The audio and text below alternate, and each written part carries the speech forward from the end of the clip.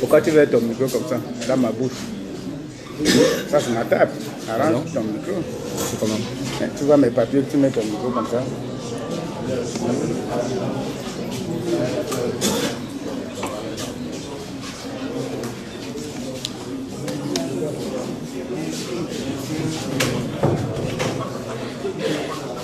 All right.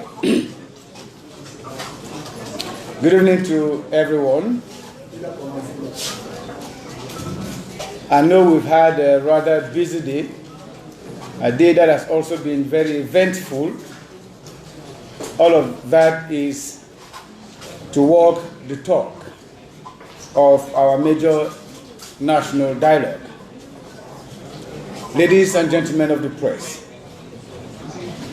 the plenary session to report back on the work of commissions has just ended under the coordination of the President of the major national dialogue.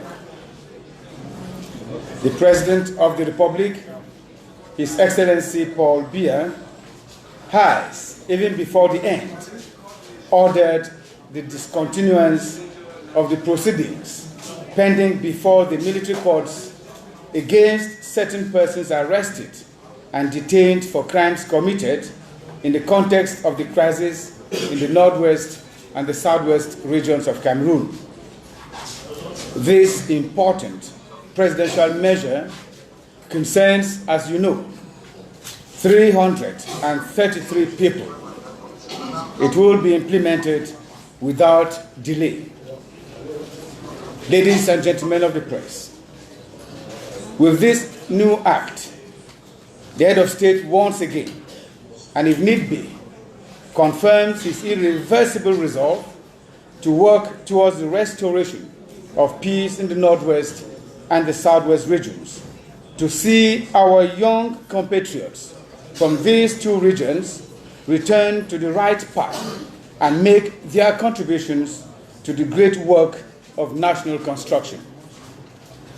I would like to remind you that since the beginning of the crisis, this concern for appeasement has been a constant concern of the President of the Republic, His Excellency Paul Biya. This is reflected in the many measures taken to this end, including the discontinuance in August 2017 of the pending proceedings before the Yaoundé Military Court against certain leaders from the northwest and the southwest regions of Cameroon accused of acts of terrorism. The suspension in December of 2018 of pending legal proceedings against 289 people arrested for offenses committed in connection with this crisis. The offer of peace to members of armed groups invited to lay down their arms and benefit from a social reintegration process. The launch of a comprehensive humanitarian assistance plan for our stricken compatriots in the northwest and the southwest regions. The establishment of the National Committee for Disarmament, Demobilization, and Reintegration. And the list, as you know, is not exhaustive. In any case, all these presidential measures, including today's, must be seen as decisive steps towards a peaceful resolution of the crisis in the northwest and the southwest regions. Ladies and gentlemen of the press, since we are in the register of important announcements this evening, I would like to inform you that the participants at the major national dialogue have reached major and far-reaching resolutions today during the plenary briefing session. Let me share with you some of them. The adoption of a special status for the two regions of the Northwest and Southwest in accordance with Article 62 of our Constitution, including the restoration of a House of Traditional Chiefs in these two regions and the election of local administrators. the return to the name, the United Republic of Cameroon, the enforcement of Article 66 of the Constitution on the declaration of assets, the rotation of the celebration of the National Day of Unity among the regions, the rapid integration of ex-combatants into our society, the immediate relaunch of certain airport and port projects in the southwest and northwest regions, the insertion of English sentences in presidential speeches, among other things. The final report of the major national dialogue will provide more details on these resolutions and recommendations formulated by the kinetic forces of our country after 5 days of intense and rich consultations. I therefore invite you to meet tomorrow here at the Yaoundé Conference Center to witness the final act of the major national dialogue. I want to thank you sincerely for your kind attention.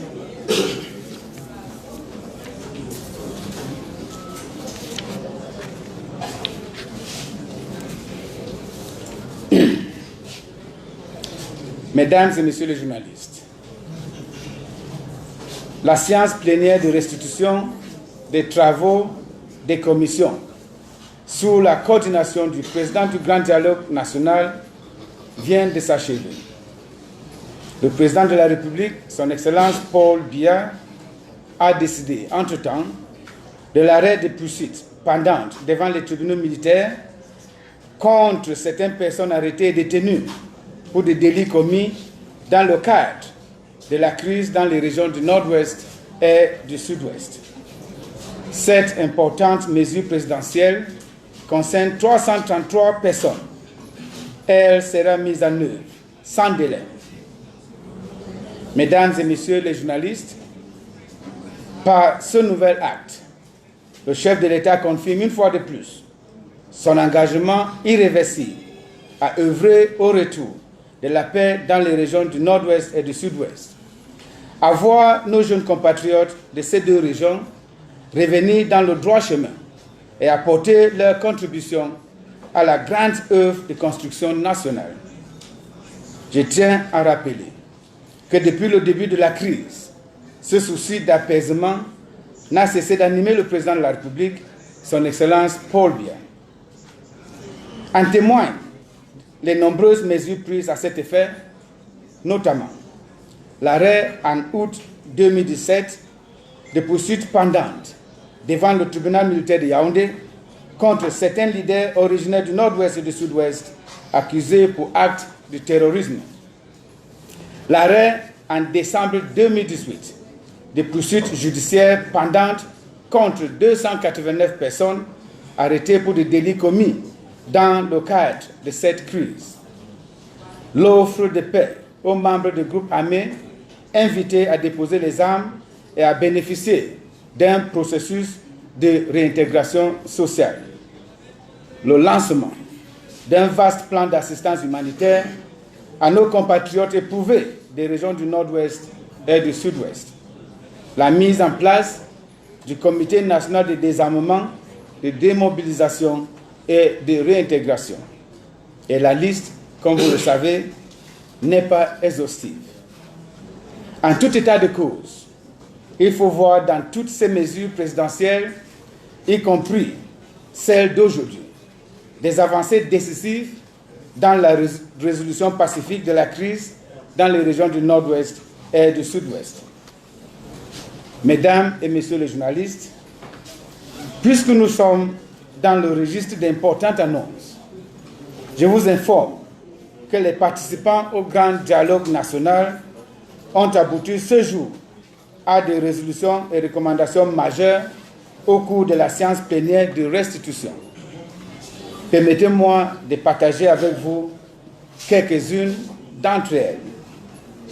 L'adoption d'un statut spécial des deux régions du Nord-Ouest et du Sud-Ouest, conformément à l'article 62 de notre Constitution, avec notamment le rétablissement d'une chambre de chefs traditionnelle dans ces deux régions et l'élection des dirigeants locaux dans dans le sud-ouest et le nord-ouest.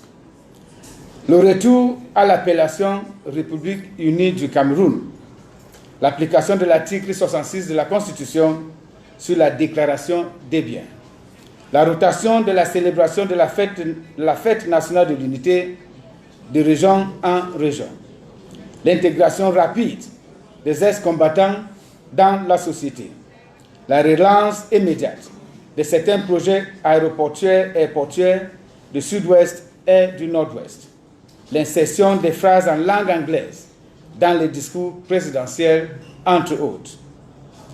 Le rapport final du grand dialogue national apportera plus de précisions à ces résolutions et recommandations formulées par les forces vives de notre pays au bout de 5 jours de denses, intenses et riches concertations.